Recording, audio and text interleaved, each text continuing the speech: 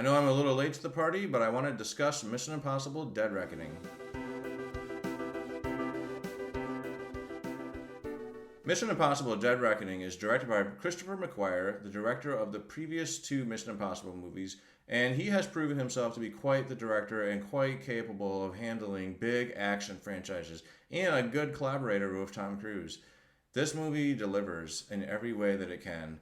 It might be my favorite in the franchise, but if it's not, it's definitely my second favorite, followed by Fallout. But honestly, it's hard to pick out a true favorite.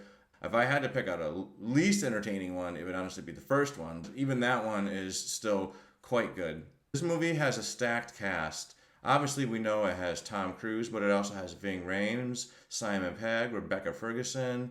It has Haley Atwell, who most people are going to think of her as being Peggy Carter from the Captain America movie, but she actually, in this movie, she is so good that you will be thinking of Peggy who? Who's Peggy?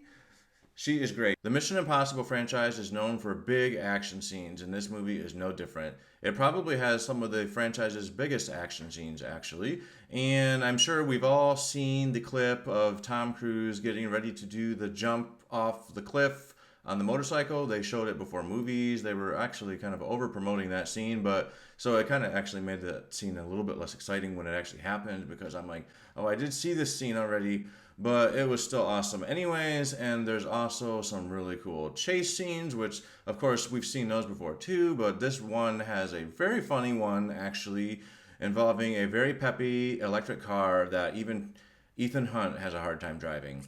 It was very funny and it led to some pretty cool destruction.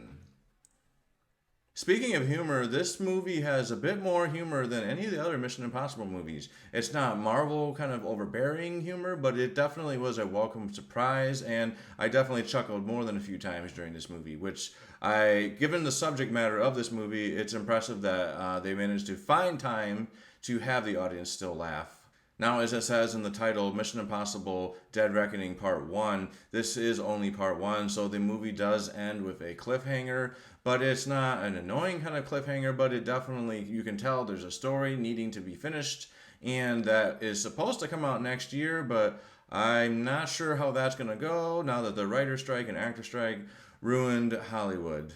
Either way, this movie delivers on every front. It has an excellent villain. The villain is actually an AI system in this movie, and this is the first movie in the Mission Impossible franchise that I felt crossed into like sci-fi territory because this was the first one that's not like a complete human villain, AI. It's a little hypothetical, but I mean, the way this movie portrays it, it's definitely believable. And honestly, I heard that Joe Biden like beefed up security or something after he saw the opening scene of this movie, and it might be something that people laugh at, but I actually think it's not too far fetched. So who cares if the president gets his ideas from a movie?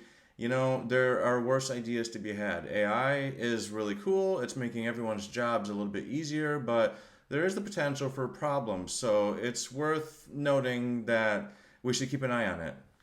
Overall, this movie was great. It was super entertaining. It had all the action that I expect from a Mission Impossible movie. Tom Cruise is great. He never gets old. Honestly, he's one of my favorite actors. I know that everyone still probably has a stigma about him because he jumped on a couch and he kind of weird with the Scientology stuff, but his movies are great. Top Gun was awesome. Top Gun Maverick, I mean, yeah, the first Top Gun, yeah, it's great too, but Top Gun Maverick was awesome. He revitalized the franchise.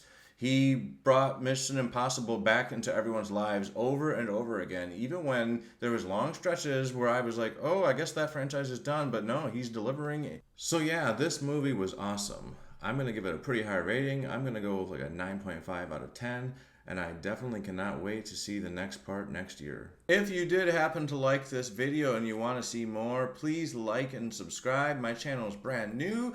Help a brother out.